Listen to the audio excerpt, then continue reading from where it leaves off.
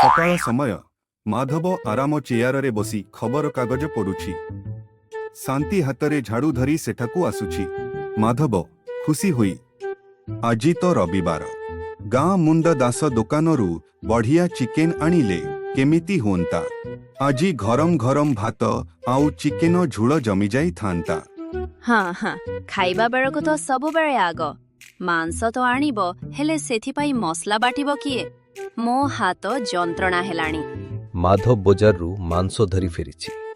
से शांति को मनैबाकू चेष्टा करुछि। माधव आलो शांति रागुछु काहींकी मु कौन खाली खाइबा जानिछि। मु आजी मसला बाटिबारे तोते साहाଯ୍य करिबी तू खाली बढ़िया करी रांधि दे।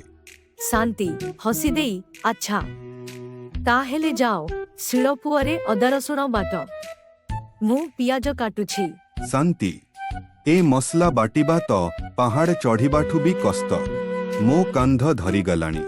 एथर रविवारठू आमे खाली डालमा भात खाइबा बुझिलु।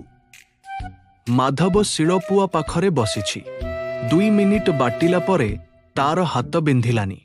शांति खिली खिली होई हसी हेई गला एइथि पाई कुहंती रुसेई करिबा केते कष्ट बुझिल ता।